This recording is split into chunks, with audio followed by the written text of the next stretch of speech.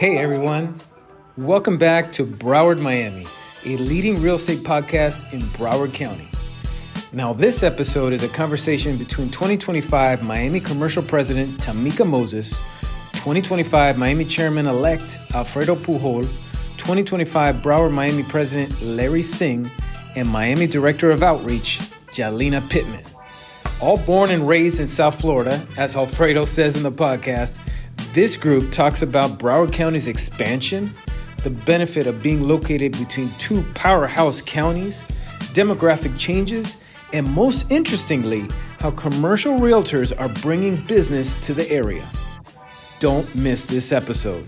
Whether you're driving, walking, running, at the gym, cooking, whatever you're up to, thank you for the time and thank you for listening to the official Broward-Miami podcast. Welcome to your Broward-Miami Insider. I am Jalina Pittman, your host, and we are here tackling big issues here in Broward County. Answering that question everybody wants to know, why is Broward County's real estate booming? And we are joined here today by your amazing co-host, Larry Singh. Hi, everybody. I've seen in the county, since I've been here, it's been an evolving type of atmosphere, especially with Broward County. And with us today is two of the most influential and knowledgeable people in the real estate industry. Get on that money green. To my right is the 2025 president of the commercial board in Miami is Tamika Moses. Hi, thank you for having me. Hey, Tamika, good to have you here with us. Thank you, and thank to you. my left. I did the same thing in my head, though. Hold up. Don't do the you. FIU. I'm an FIU graduate. FIU. I'm an FIU grad. I did grad school there, so I understand. Yes. But to my left here, we have your 2025 Chairman-elect, Mr. Alfredo Pujol. Say hello to the people. Hi, people. Well, I think Larry was referring to himself and Tamika and Jalina, so that's who he was referring to. He said, support people in Broward. All right, everybody. We're really looking forward to see how your insight will inform everybody about what's going on for this year and what to look forward for next year. I know there's been a lot of changes. So with that, Jalina, let's get this kicked off. Let's kick it off, and we're starting super high. We're going to take it up 30,000 feet. 30,000 Right. sweet. Yes. What is happening in commercial real estate in Broward County? How would you describe that market? I would describe that market as being as not just a boom, but a sustainable growth. Okay. A lot of people are looking at Broward County. Broward County has a lot of land to still build on. We all know Miami-Dade County, that was one of the hottest markets about everything is about Miami, Miami, Miami. So now everyone is transferring to Broward. Broward is one of those areas where you have on the west side where you have the suburbs, but you also still have your local restaurants, your local grocery stores, your local shops and everything. Then on the east side is more of a party type of town with Las Olas and now Pompano Beach is now even starting to boom because a lot of people were forgetting about Pompano Beach and also Deerfield. So I think there's still a lot of room for opportunities and growth. So I would not call it just a boom. In Broward County is sustainable growth because a lot of people are now looking they want more room for like a house. Right. You get more land in Broward County, believe it or not, versus in Miami-Dade County. And people want to say, you know what, it's easy, accessible to Miami-Dade County from Broward County. If you live, let's say, I live in the West Miramar area. So you're literally 2 miles away from Miami Gardens, which is Miami-Dade County. You have a highway that splits up Miami-Dade County and Broward County. So you're like, I can still live in the suburbs, and if I want to go to do some things in Miami Gardens to the football game or something, I could take a 10 to 15 minute drive to Miami Gardens. You are easily accessible to the highways as well. Even on the east side, you have the Bright Line train station as well. So now you're going back and forth from Broward to Dade County. So I think there's a lot of sustainable growth. So when I hear people say, oh my God, Broward is a hot spot, it's booming. I said, no, it's sustainable growth now. A lot of people want that suburban life, but at the same time, they want to still be like, hey, I work in Miami-Dade County, but I still want to be able to go Live back and forth. play in Yes, Broward. exactly. And the whole time you're talking, I was smiling because we, of course, we're Broward-Miami. Yeah. I love Broward. Born and raised there, so it's always great to hear that it's more of the growth instead of the boom, and we will get into that a little bit more throughout today. Well, you know, I am the stereotypical South Florida person, right? So Yeah. I was raised in Miami-Dade. Mm-hmm. I got married, started a family, and I moved to Broward.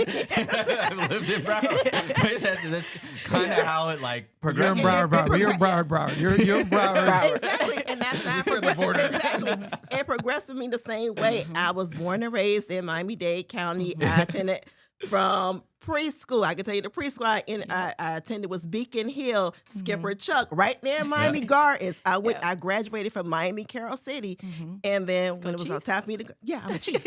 Yes, I am a chief. And then I lived in Durrell for a little bit, and then next thing you know, my mother said, "You're going away to college, but we're going to move to Broward." And I've been there ever but since. I live in like Broward. Yeah, Like, you I live in Broward. Broward. Yeah, you live in Broward. Haters gonna hate. I still have a little 305 in me. Wait, so everybody here's from the 305? No. Yeah, I'm from the 305. No, So, Jalina is. 954. she's a 954 954. Lauderdale. One time for Lauderdale. It's like a first too. Exactly, Usually you don't right. find I know, so right. many Exactly. actual locals. Yes. It's true. And that's the thing. And I think that you touched on something that people sometimes forget, especially when we have this conversation about Broward, Miami, and why it's going through the evolution that it's going through, is the location of it. Yes. Being in between the powerhouse of Miami-Dade County and Palm Beach. Yes. That gets so much attention. And Broward just, we're the beneficiary of all the overflow that comes into everything else. Exactly. Most definitely. So I want to ask, Alfredo, you're boots on the ground every day. You're not just the chairman; you're the sales manager, correct, of a huge office. Boots on the ground every day. You're seeing this. You're having these conversations. How is it affecting the residential side of it? Because with the commercial growth, you don't have sustainable like what Tamika was talking about without the residential side. So how do you see that affecting it? So before I even say that is, if you haven't followed Tamika on her Instagram, that's where I keep all my commercial news. She posts what's happening in my area or what's happening in Broward. Yes. So I want to start off with that. But how do I see kind of the residential mixing and the commercial? Well, we're seeing the first thing we see is, and we saw this obviously through the pandemic, and we had all the stats, was like 700 to 900 license plates a day were moving into here. So from the commercial standpoint, you're starting to see now the businesses, right? The Amazon's putting more footprint on there. You're starting to see all these big businesses. You got Citadel coming into Miami, but those people are also, where do they want to live, right? So yes, they might be coming from a New York or Chicago, but like in areas like that, they have the trains and public transportation that comes in. So what we're seeing is, because you can still get to places within 30 minutes, an hour, right? There's still traffic, but people are starting to move to Broward because they're seeing, okay, I can have the lifestyle I want. I can go to work here in one of the big cities. Or even if you're in Broward on the west side, a lot of people will live on the west side, but they'll work on the east side of Broward. So we're seeing that growth. I think she said it perfectly. I was like trying to find a word: sustainable growth. Yeah. It's not like a rocket ship like it was. Yes. But people finally saw how awesome the 305 and 954. Right. It truly So they is. finally saw it, and now it's starting to become more sustainable. So you won't see such fast upswings, but you're going to see more of that steady, like, businesses coming in. And they're all coming, and they're bringing in, what do they bring? Their families. So they start to love the lifestyle. I heard something probably about a week ago. It was the funniest thing I've heard. They're like, if Miami's Manhattan, Broward's Connecticut, and Palm Beach is the Hamptons. Yeah, that's a good one. That's a really good one. I like that analogy. Yeah. I really do. That's how they broke it down. Like Exactly. if you're from an out of town that are just coming in, that's kind of how you broke it down. And the same thing with the cities, right? The same thing. You could look at the west side of Broward being more like, if you're going to California, like in Orange County or something like that, and then you have the main part of Broward, which might be like an LA, Malibu, something like that. Exactly. That is very, very true. And just to piggyback what you said as far as the transportation, I do know that in Broward we have several hubs of transportation. So a lot of the doctors and pharmacists and nurses, they actually take the transportation buses down to Jackson. And they they work in Jackson, they get back on the bus, and they come right back on home. So, you have that.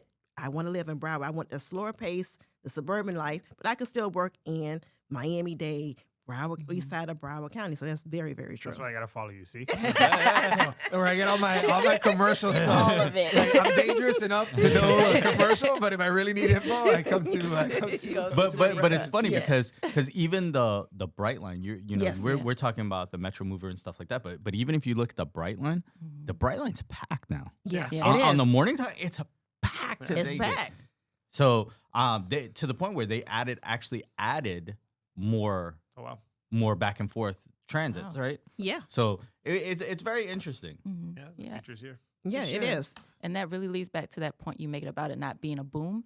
It's more of that sustainable growth. So let's Yeah. touch more into how that transportation and what we see moving forward as to it becoming a growth and not just a boom. Will it burst at one point? Do we think it's going to continue to move forward, and in what ways?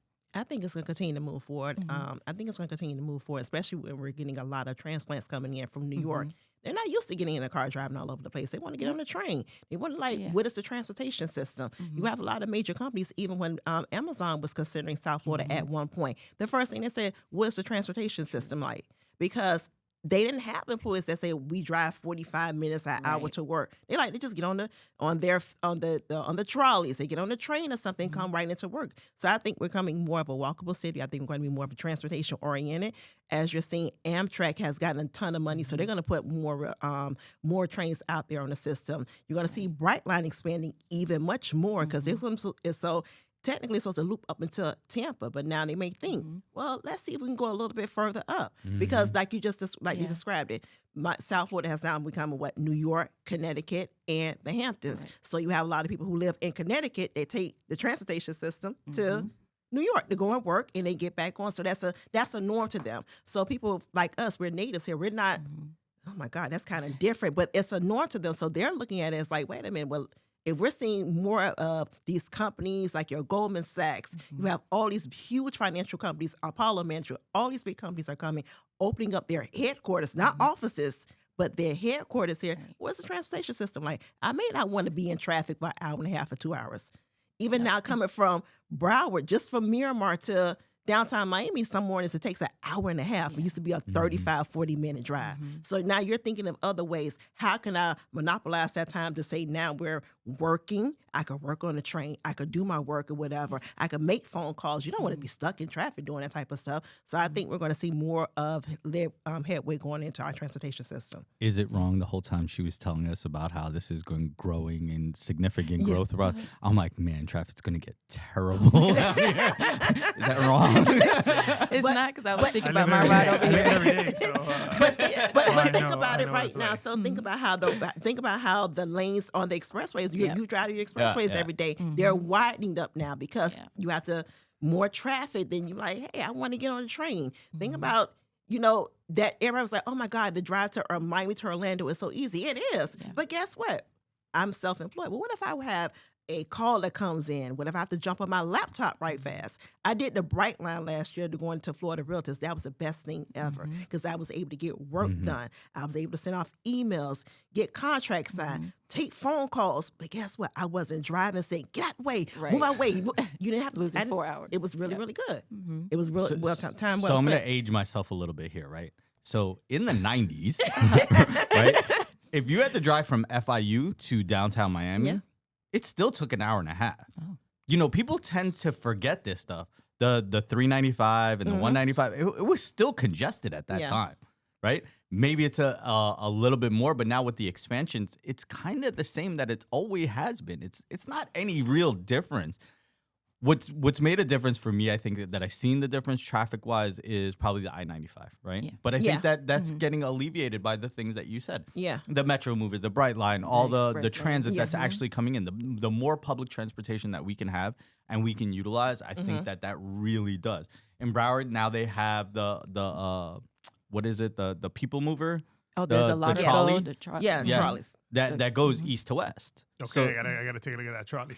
Yeah, right? Trying to get them to come. exactly. So they have Laudergo, they have the circuit, they have so many different things in every city, and it's free for most of those cities. So Yeah, even the city of Miramar, they have the different bus systems that go from, they start at 7 a.m. and I think they end at 7 p.m. around the city. Hey, they need to go to the grocery store. They need to do this. They need to do that or whatever. There are some developments that actually have their own trolley system.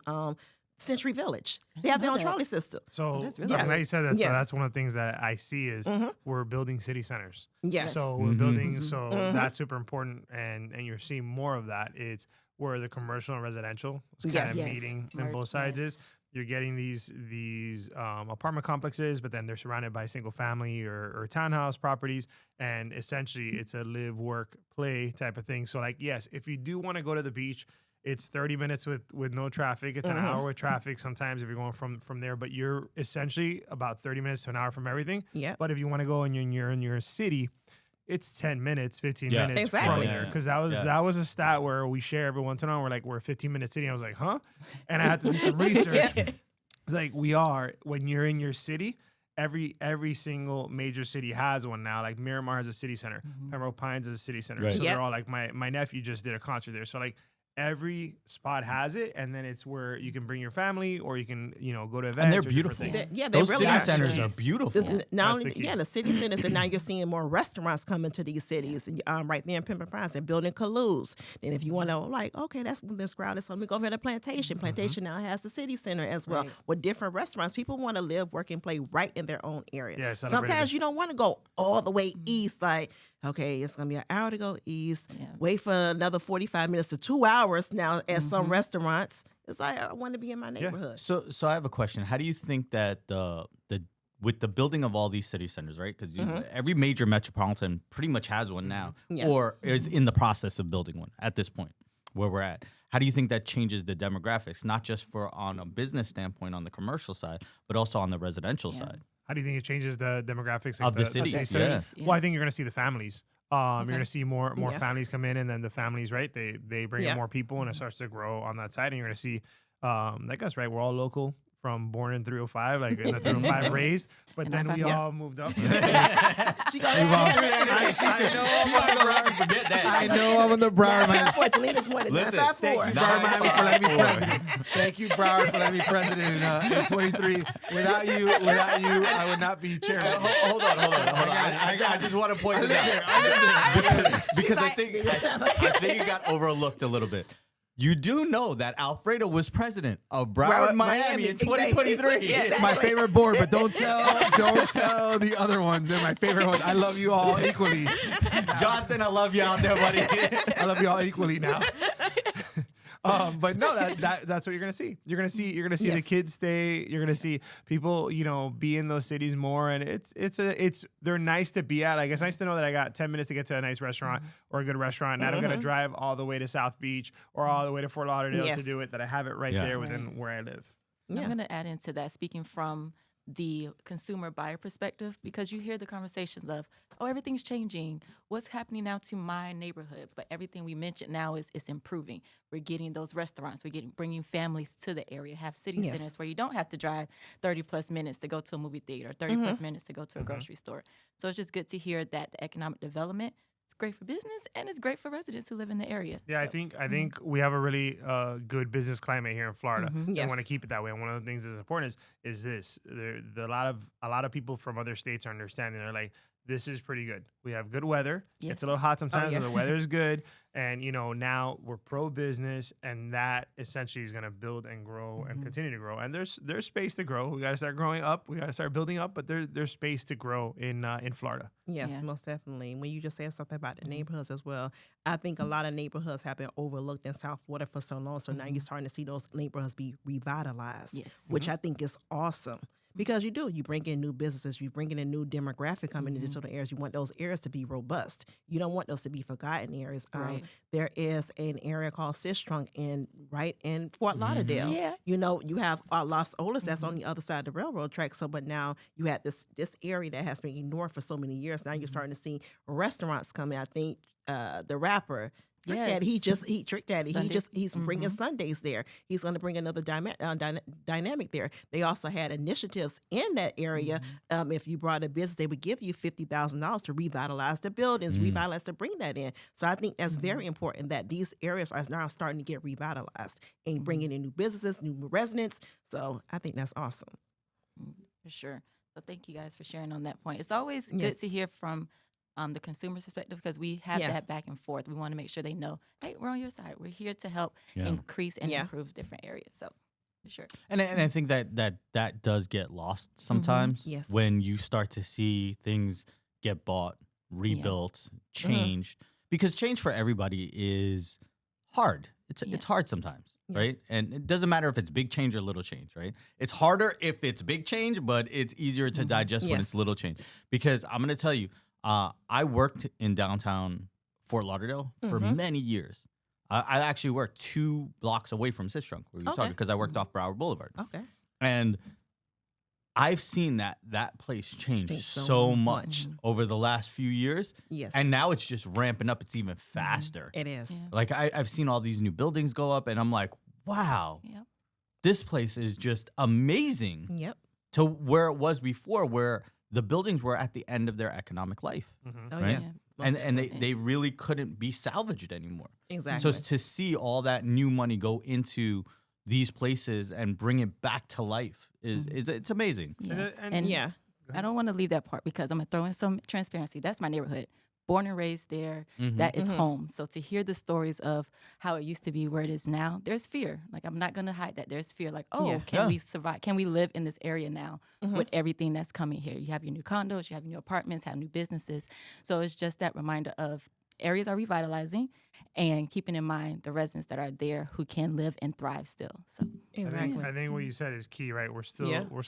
partially underbuilt for Yeah. for that the residents that might be living there, you know, and what we don't want to do is make sure where they can't live there, they Right. can't sustain that site. So I definitely Yes. think that as a consumer, right, like Larry said, we have to embrace the change of that, and that's one of the things where things are gonna go up in price. But how do we make it where it's like you said, sustainable? Yes. Yes. Where Sustainable. it's not an Right. overnight, it's not an overnight thing or an overnight change. Yes. And I think we're getting now into the market where it's more sustainable in Right. terms of like the residents of those areas. Like, Yes. just to kind of cue on that point, I think now Florida is becoming more sustainable, where you have areas that you can be, you know, live, work, and be a part of that. And a lot of the local officials, right? A lot of local officials are starting to see, they're like, wait, we have to allocate a certain amount of properties to make sure that is for our workforce housing. We have to allocate a certain amount of things to make sure that we can make it a sustainable, not just for everybody that can buy the $10-20 million condo,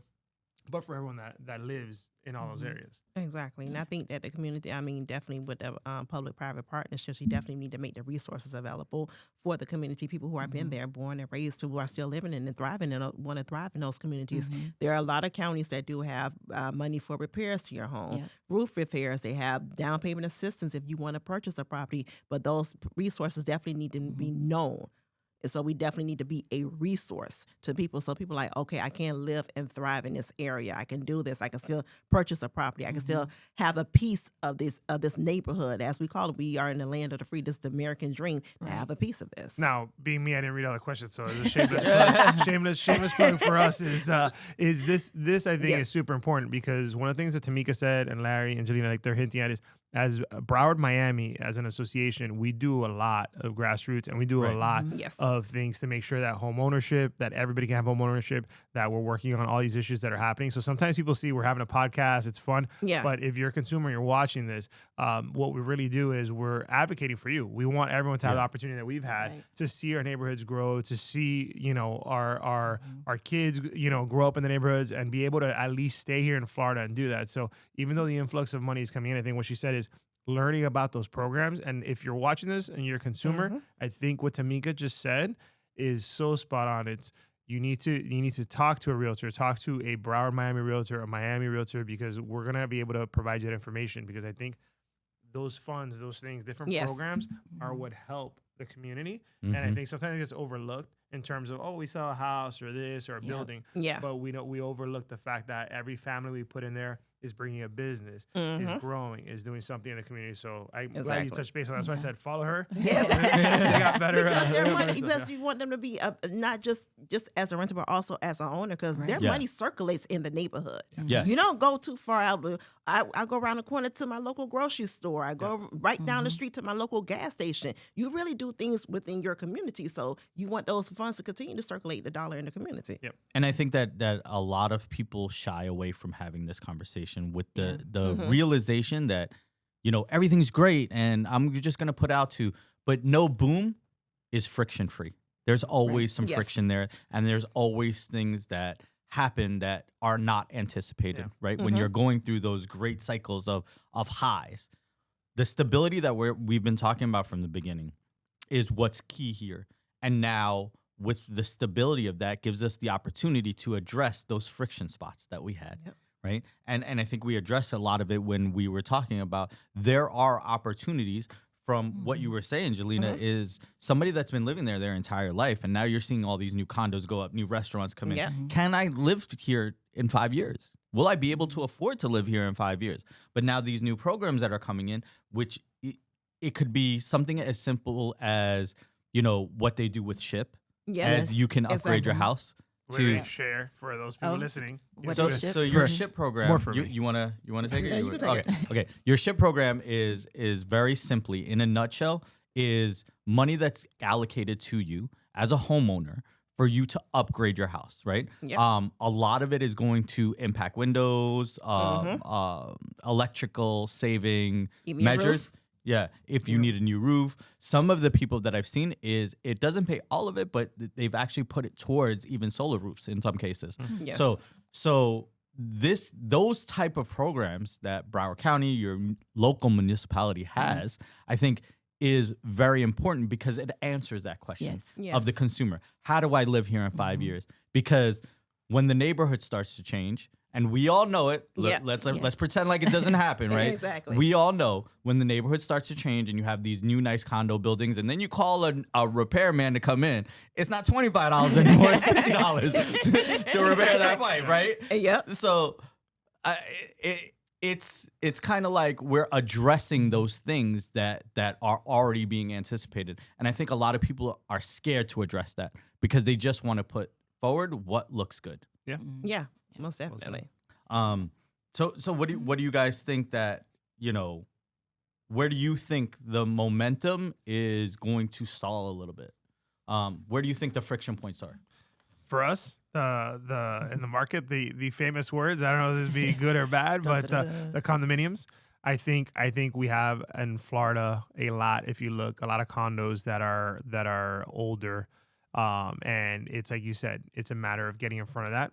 And I think we've done a good job as an association, as realtors, to get in front of that. But I think that's going to be your friction point is that's where your units are. That's where your properties are. But you've had people that have been there for a long time, and then with assessments and different things going on. So it's really educating them and really making sure that we're helping the consumer. So I think that's going to be your biggest friction point is in that type of product, because some do need to get remodeled or repaired. Yes. And it just is what it is, the life expectancy of some of these properties. So I think that's going to be one of the areas where we have our inventory, but we need to upgrade a lot of those areas. So I'm gonna pull Tamika into this conversation because residential can't exist without commercial. And commercial can't exist without residential. Right? Just course. remember that, everybody. Right? Yes. You can't exist independently of each other because Yes. no matter what you do, you need each other to survive. Right? That is true. So now I'm gonna bring you into this conversation because we're talking about these condo buildings, right? Mhm. And let's be honest, right? Some of them do need repair.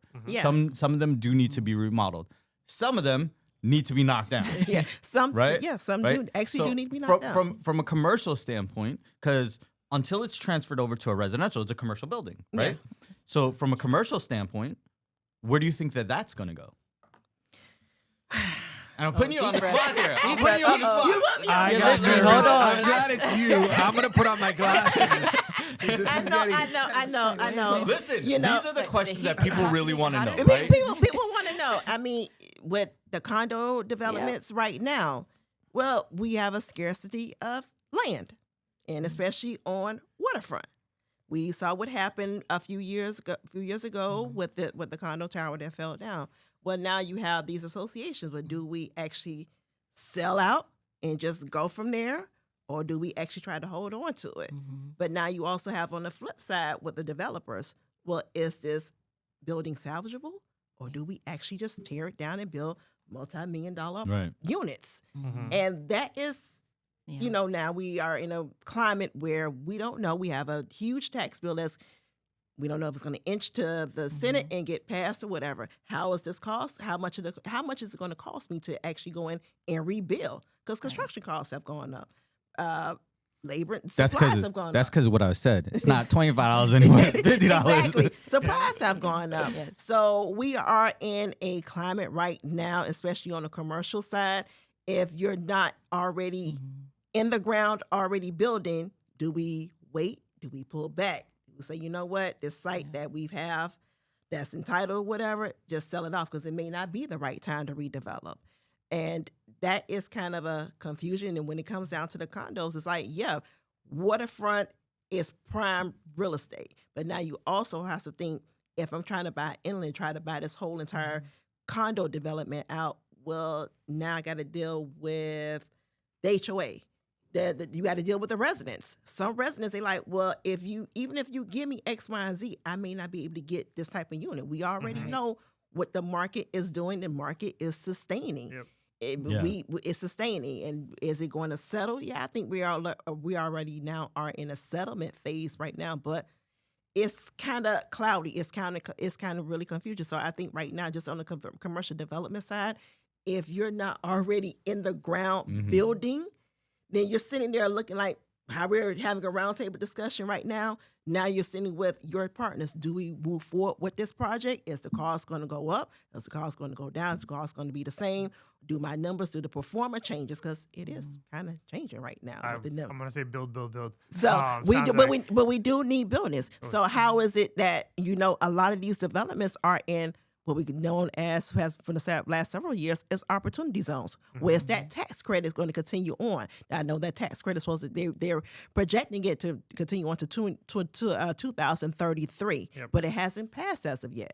We know Live Local is going on, but there's still some cities that we want to interject. But now I think it's all coming down to labor. It's coming down to construction costs as well. I think we're now having a labor shortage in the construction world.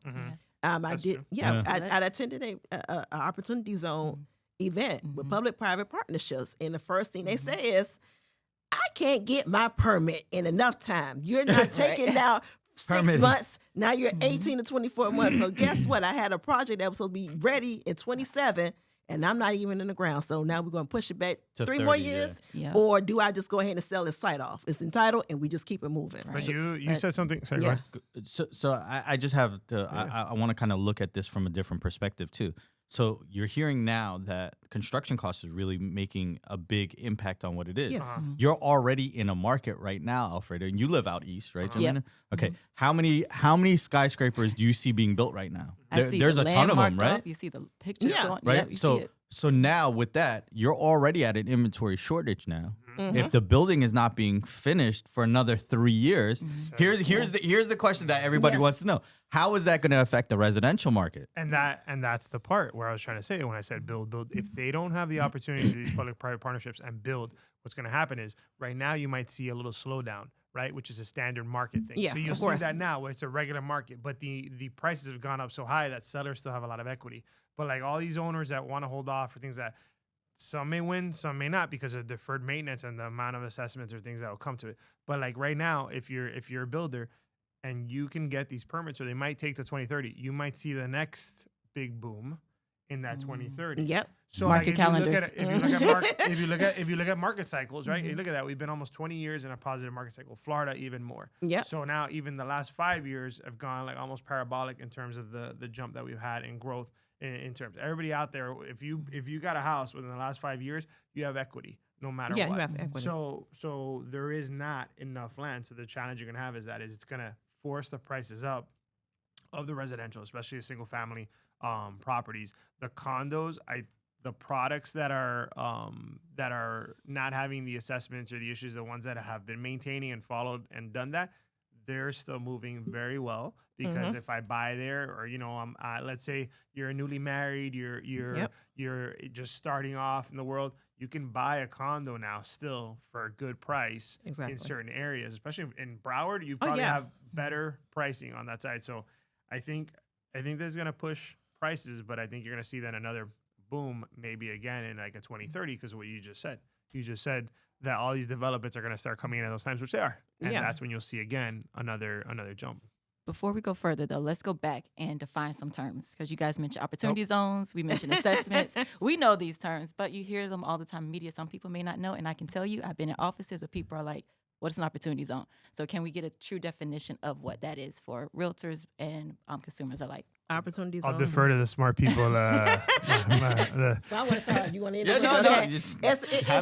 It's really deferring your capital gains on a property that you may have bought and sold or whatever as a developer. Say, hey, I could pour this money and especially into a revitalization area because they had over 8,000 designated areas throughout the United States, and now they're even wanting to include even more areas to get this opportunity zone tax. So this is like, if I build in this area, I could build market rate, I could build workforce housing, and I still going to get it. And I can repeat this cycle over and over again for so many years. And this is how generational wealth is actually being built with a lot of these developers, because it's a very great tax incentive. I think one of the things you said is, and I want everybody to hear this, and whoever's hearing this is the workforce or allocating a certain amount of properties for that side, right? So that's the thing here when you talk about generational wealth or places to live is they already have all these demographic studies. So they already know how many people need to work in the area. So if we don't give them some product to, like, I know people that live in, and they have the workforce housing rent, right, for their units. So I think you price out teachers, firefighters, certain people that we need in our roles.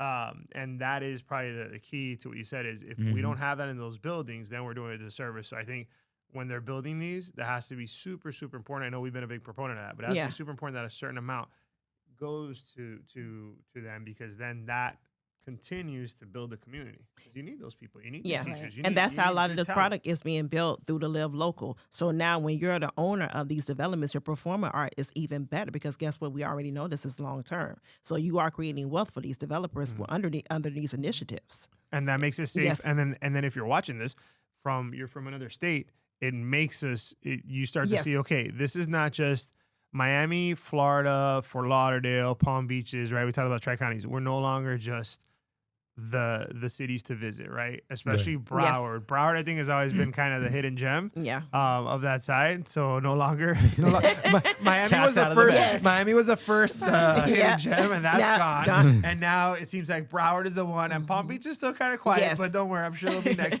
But I think that's key to our future. If people are watching this or listening, and they're like, why would I live in Florida? It's you have still opportunities for, like you said, opportunities for businesses, but to live. But I think that opportunity is closing quickly, right? Because I think that there's only so much land that you can have, right? And from my standpoint, when I look at it on a build out basis, unless you're going up. But that's where you're gonna go. That's the only place to go. Yeah, right? that's exactly. But that's what's gonna push. So from a residential side, that's what's gonna drive. So like if you have a single family home, you really have to look at that, because the prices of single family homes are going to go up. I mean, I'll share this. I mean, you mentioned some areas, right, in Broward that the prices have gone up. Even if you look at like Miramar, look at Miramar, some of the houses now are starting to cross the prices of well over $2 million. So they're starting to match prices like in California, like I mentioned Orange County or something like that. I try to mention anything that I might have seen or know, but like that's a similar house, a 3,500 square foot home in West Miramar, West Pines, that 4 years ago was 700 maybe? Yeah. Maybe pushing maybe, it. Like now it's almost $2 million. Wow. So like you have to look at like single family home prices and who's coming here. The people that are going to be in those, right? You have a lot of businesses, executives, like you have different people that are going to work in Fort Lauderdale or work in the cities because they have the transportation and things as they come, but they're going to live there. So you're going to have your prices in homes, if that was the side is, that's going to continue to grow. Man, I remember in 1994, you could get a house in West Miramar when they were building all those houses, right? For $300,000. You're not that old, Larry. You were not selling in 1994. Listen, I remember that. My parents bought their house. Get better. My parents bought their house. We're not that much older, so. Yeah. No. But I still remember that. I remember going to look at those new constructions, and I was like, man, $280,000. That's so much money. Exactly. People afford this. For like 4,000 square feet. And think about it. My aunt and uncle, they bought in Silver Lakes, I think, in 1992. It's the ninth grade, 1992. Now look what they're going for now. And not even just Miramar, because I come from a residential background as well. You also have Southwest Ranches. A lot of people that's a huge hidden gem where you used to have houses like, okay, $2 million, $3 million. Now you're looking at closing price points at $30, $40, $50 million over there. You're looking at starting price points now in newer homes at $9, $10 million. You weren't having that. That was where you saw your $1 million properties. So you live in Southwest Ranches, you have all this land now. Now you're starting to see they didn't want massive home size communities over there. Now you're starting to see that come into Southwest Ranches because you get a lot of that. You have a lot of land over there. You have one family that bought, believe it was 50 acres. They built 3 mega mansions on there. They said this is our private estate. Yep. So you were having all of that over there. They spent over $12 million for the land, then another $100 million inside of the for the properties. Whenever I hear these numbers, I think Exactly. think bigger. Think big. Like you can have these things. Yes, and you're starting to hear that. But the one thing is the opportunity is still there in terms Yes. of like if there's a state, and I know I'm like there's a state or cities that like have a lot of opportunity to grow.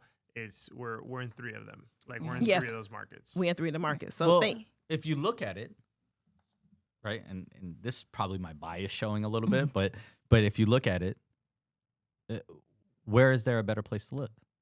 of course. I mean, think about it. This is like the best. We stay. It really is. Yeah. All locals. Of all the cities, of all the countries, 305-954. it's always South What's the Palm Florida. Beaches? 561. Exactly. Palm Yeah. Beach, shout out. Yeah. But let's Yes. stay in that vein of that conversation of where's the best this and that, or the places to live, or the values. So we're gonna do a quick little halfway midpoint check. One answer questions for this one. One answer responses for this. Okay. So I'm gonna- No extra. Yeah. No extra. Just one word. Well, if it's multiple words, clearly, but one word for this answer. Okay. And then we'll get into the why behind that. You ready? Okay. First thing that comes to mind. What city is the best value right now? Ooh, best value. Mm. I think it's small. One word. Hallandale. Hollandale. Okay. I'm gonna say Pompano Beach. Pompano Beach. I'm gonna say Plantation. Plantation. Okay. And why? Now you can go into. I mean, I feel like I should have said What, Miramar. I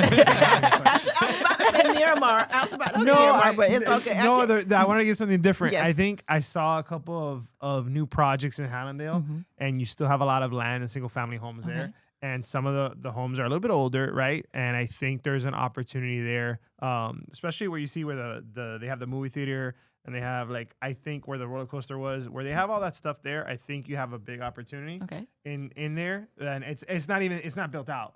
So like if I Right. was to say, if I was to look 10 years down the line, where would I maybe start looking at or something would be there. I would start looking at like we have a project that's being built there on the water. So there's still some water. So that one came to mind to me. And it's kind of that in between. So you could jump onto all the areas, but those were good too. Really good. Right. And yours? The reason why I said Pompano Beach is because it's still kind of suburban and also it's also been an overlooked area for so long. Now they're getting a lot more luxury products out there. I believe the Waldorf Astoria is building a tower over there. I believe the related companies is now coming. The related group is coming over there to build. You also have the casino. And Lennar has already put plans to put housing over there at the casino, new condos, new townhouses, and everything. So you have a lot of things that's going on in Pompano. So a lot of, and then the proximity to Fort Lauderdale, downtown Fort Lauderdale. If you work there, it's not too far away. It's like a 25 minute drive. And then if you want to go to Boca Raton, right in Palm Beach County, you're still another 25, 30 minutes at the most. So it's still in between, but there's a lot of growth in that area. Nice. And Plantation, why? So Plantation I picked because there are still large plots that are looking to be developed at this point, right? And you have a real diversity of economic levels in Plantation. You can go from a $150,000 condo to a $10 million house, depending on where in Plantation you're looking for. Yeah. So with that gives a lot of opportunity for redevelopment, revitalization, and growth. Wonderful. So it seems like the transportation are really big, where Yes. you can see it projected in the future as far as land and where the economic growth is going. That was Hollandale, Pompano, and Plantation. Look out for those. Yes. Now, you kind of already hit on these next ones, but it's still only one word. So try to pick a different city. If it's the same one, it's the same one. Which one has the most growth in 2024? Ooh. Miramar. Miramar? Okay. I like Pines. Okay. Pines, Pines, yeah. The most growth. That's interesting. I'm going to say Pompano. All right. All right. We'll go the other way. Why Pompano? Because of all the redevelopment that's going on in Pompano. There was, off the top of my head, I can just think of 4 new developments that went up in Pompano, right? The plans to make so many new towers on the beach, how fast everything sold out when it went up for sale, That's true. right? And the city center that's there, right? So we were just talking about that and how that actually brings more people into it. And they just built a beautiful city center there with Topgolf. I like that Topgolf. Exactly. Now we know where to take Larry. Right. Exactly. No, we don't I didn't take even know that. Larry golfed. Go. Bring those shoes, Larry. So Exactly. Bring those shoes. You Topgolf can't show us on the podcast, but bring those shoes. I golf, just not well. Okay, Top golf's the perfect place. Hey, you mentioned pies. Okay, I said Miramar. Okay. Miramar has experienced so much explosive growth with it, especially out west. Now it's coming out east. Everyone wanted to move out west, so now I can't afford out west. Now you have east, which is east of University. A lot more people are now buying over there. They also have an affordable housing community that they're building over there that you can actually purchase, not rent, but purchase. They also have the Anson family. The Anson family, if no one doesn't know who the Anson family is, they own Channel 7. Okay? They own Channel 7. Channel 7 is also relocating from the Bay Harbor Islands to now Miramar. Okay. They are also just got approved for a project to build 3,000 units of apartments and townhomes, and no one doesn't realize Miramar does not have a movie theater. So a brand new movie theater with more shops will be coming to that area as well. You have a lot, it's in Pittman Pines. The movie theater area was so. I said, "Where's the street?" I just Pines. realized that when exactly. you said it. Miramar does not have a movie theater. Out of all of the things that we have in Miramar, we don't have a movie theater. So now, a movie theater is going to be coming as well. You have the town center. You have the related group project that they built. The rental apartment community that they built. You have the cultural arts center. They just have a lot of different concerts there and shows and everything there. So it's so much growth that's happening in Miramar. And like I said before earlier, you're literally 10 minutes away from Miami Gardens. So if I want to go back home to, and then also on the east side, it's literally 5 minutes away. And you're still by a major highway, which is a turnpike that connects to either you go to 826 or you go to I-95. So it's so many different things that are happening in Miramar. So I always tell people when they're thinking about cities and thinking about where to invest it, if I can purchase in Miami-Dade County, think about Miramar. Miramar is a great area. You also have a lot of major companies that are coming to Miramar as well. Miramar is getting a lot of different aeronautical companies that are coming, and they're starting at 6-figure salaries. So believe it or not, it is a lot of different companies that are coming here to the city of Miramar. So I think that's why the reason, it's so many other reasons why, but Miramar has been growing very fast. Man, your answer was way better than my answer. You gotta step up your podcast here, Larry. Come on.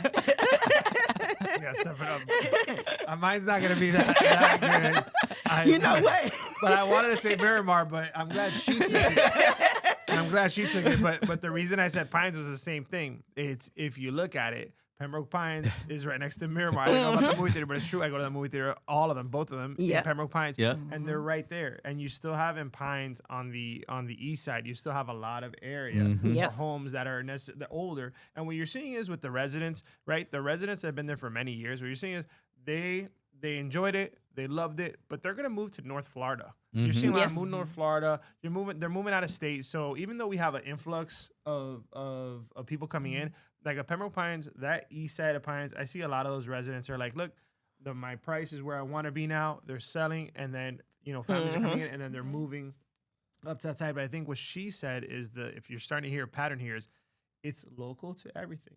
So I can go from Pembroke Pines to Miramar. So now that movie theater, right? So Pines is and vice versa. So it's easier to move when the cities are right there next to each other, and to go do different things and be a part of that. And especially if you work in real estate or work in a business, of course, you have all those there. And you mentioned Miami Gardens.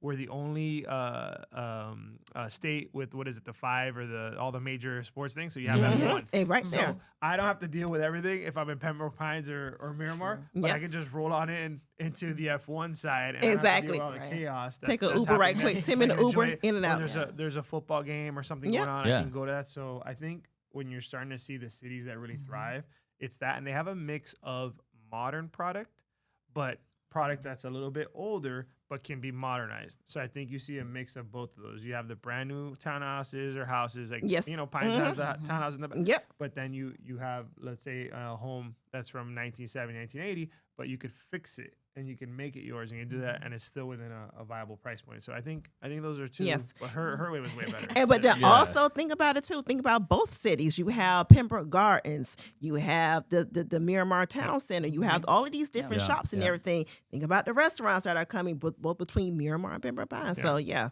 Yeah, and I think she said it too. Just to cue on that is the businesses. So a lot of the people, the businesses are in Miramar because the mayor mentioned it. It's there's not that much land in Miramar unless you start to go east. Yeah. But you have more of the business there. Like all the major companies all have their business there, like she mentioned.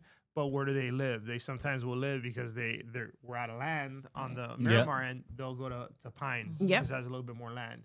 So there's still even spill over into Weston too. Yeah. Yes. Right? If you look at it, right? For many years I lived in Miramar, right? And Miramar for me was one of the best places to live in Broward. Why? Because you're close enough to Miami to get to anything that you want. Yeah. But you're far enough away that you don't have to deal with the congestion. Yeah. That's true. Right? And that it is what it is, right? You don't have to deal with the traffic. You don't have to deal with all that.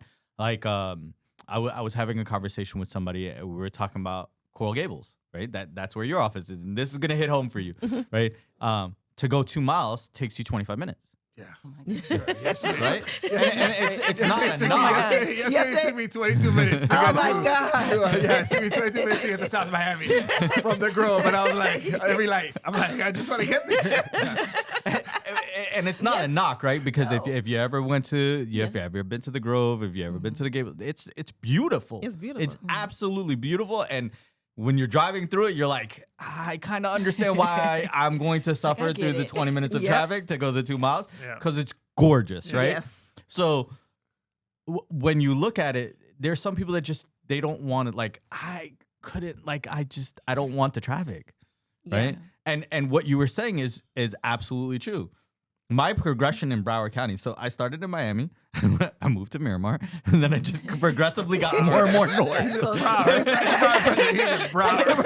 I am like, I know Broward proper. Yes. Right. Yes. So I think it's interesting to see how this progression really is taking place. There's so many opportunities still that are in Broward that need to be taken advantage of, right? And if you do it now.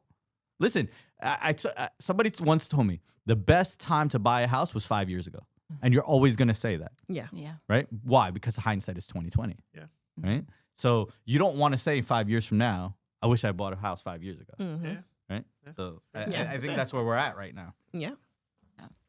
Great points with that. I've lived in Fort Lauderdale, so whenever I hear Pembroke Pines and Miramar, I'm always intrigued because that was so further west from me. I'm like, what's over there? That's really close to Miami. Yeah. So to hear all the things that are coming to that area, hear how the land is growing and expanding, it is great for consumers and realtors alike. You have great residents. You have great residents there. Yeah. And one thing about Fort Lauderdale, like Miami, like Brickell is their downtown for Miami. Fort Lauderdale is Los Olas now is the downtown for Fort Lauderdale. So you have all of that right there. So each county now has their own little downtown area. So you're like, I don't have to venture down to Miami if I need to. I don't have to do this. I can go right downtown and work and come right back home. Yeah. Honestly, every city has its own downtown now. Yeah, but you remember, everything in Broward was like, okay, all the major stuff is in Miami. I got to go to Miami. Right. Now you're seeing all of that in downtown Fort Lauderdale. So it's just like, oh, okay, and I can just go right there and be done with it. Yeah. So where should the agents and realtors, investors focus their attention? We hear all these great things for Pembroke Pines and Miramar. Where should they focus their attention when it comes to investing? That's a loaded question. It is. We're all like, I don't really want to. Okay, I'm going to give you the politically correct answer, okay? You should invest where you get the best deal. That's where you should invest. A very diplomatic answer. That is a perfect answer. That's a great. Where you should get the perfect deal. Yes, but I always tell agents. I always tell agents. I do this on a Sunday. I'm like, little do y'all know, we could. It's great that we can get on the computer. We could Google Earth map, all of those great things. Me, I like to get in a car and I like to select an area and I drive that area. You see what's going on. You see the signs that's on different land parcels and say, oh, this is coming, that's coming, whatever. I always tell people, go to these local city commission meetings. I say, you will be surprised how many developers are going up and saying, hey, we want to build 100 homes right here. We want to build this, we want to build that, or whatever. I say, you listen, you learn, you try to find out what's going on. So when you have these investors and everything, they're asking you different areas. You don't want to say, no, you want to know, well, this is coming. I met this commissioner. You know, well, let me put you on the phone with him. Let me let you know what's going on in these areas, because if you want to be a resource, Right. You want to be a resource. So I always tell people, look at the local. They have everything published. People always like, oh, well, I didn't know about it. It's published. Right. It's published right there. So go out. But I always tell people, I'm old school. I need to get in the car. I need to drive See the for area. yourself. I need to see it with my own two eyes. I need to get out and see, okay, well, how are they going to do the lay of the land? Well, I can see them doing this. You got to visualize it. Then you got to look around the areas. It may be something that maybe, I don't think my client will like it. That is the best area to invest in. Because guess what? If you're seeing all this new development around it, you're like, oh, they're not gonna forget about this area. This is the next area. Let me get my client to come in here and invest in this area. So, No, everything that she said. I drive around. Around whenever I want to see or know a property. I don't have the ability to visualize it, so I have to go see it. Like I can't picture it. So that was one of the things I learned first in real estate is go to where you're gonna be and go look around and see, talk to the people, go into the restaurants, go into the places. So where to invest was the question. I would invest in what you know, and if you don't know, I would get a realtor. yes. I would get a real estate professional. I would definitely get someone that understands it and sits with you and can explain the process. I think that's one of the areas where if I'm coming in new to an area, I would hire a realtor to really share with me, you know, what's happening and go to the restaurants, go to the places. Like, you got to meet the people. They'll tell you, and you'll get a feel for it. And then I think that's the best way to invest in what you know. Yeah. People always look for the crystal ball answer. Yeah, right? yeah. Yeah, they like, Oh, if I can predict right now, where should I go? But you're telling Listen, us right now. if I could predict it, everything would be a lot different, exactly. right? We would all be having a whole different conversation. Exactly, but I always tell people like, what's the hottest areas? I'm like, I can't tell you what the hottest areas is because it has to make sense for your client. That's true. What type of asset they want to also invest in as well. Do they want to go into multifamily? Do they want to do 2 to 4 units? Well, you know what? This area, you look in the areas and say, you know what? You can go into MLS and pull up. Well, 2 to 4 units. Okay, well, these areas have the most in that area. So let me go drive those areas. So, yeah.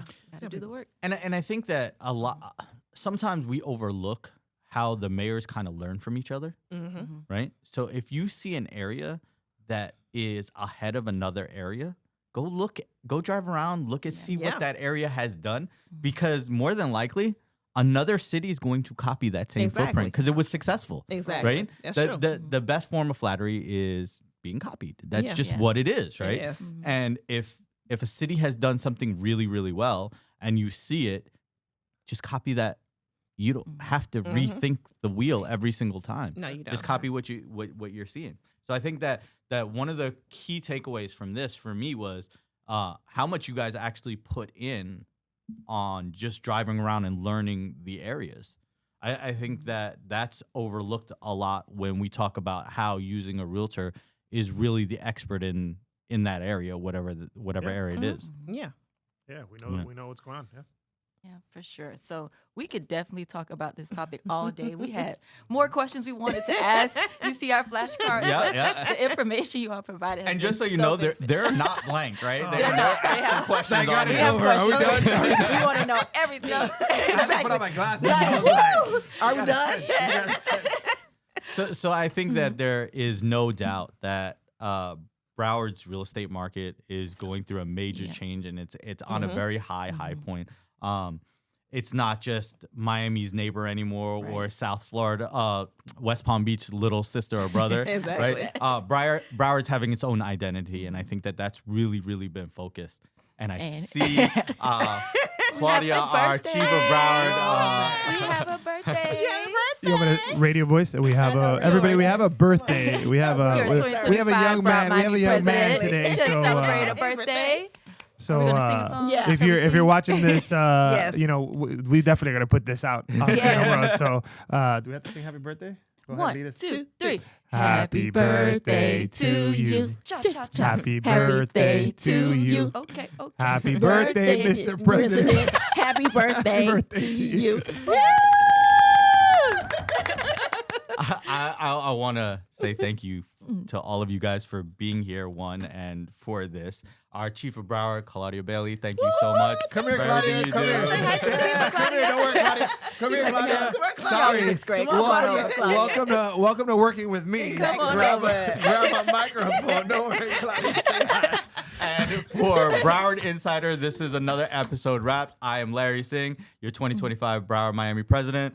And I'm Jalina Pittman, your director of Broward Outreach. I'm Tamika Mose, your 2025 Miami Commercial Board President. And I am Alfredo Pujol. I'm your 2026 chairman. And we are out. We'll see you on the next episode. Thank you, everybody. Thank you so much. Thank you so much for tuning into the Miami Association of Realtors official podcast channel. Make sure to hit that subscribe button and please rate and review us. Until the next time.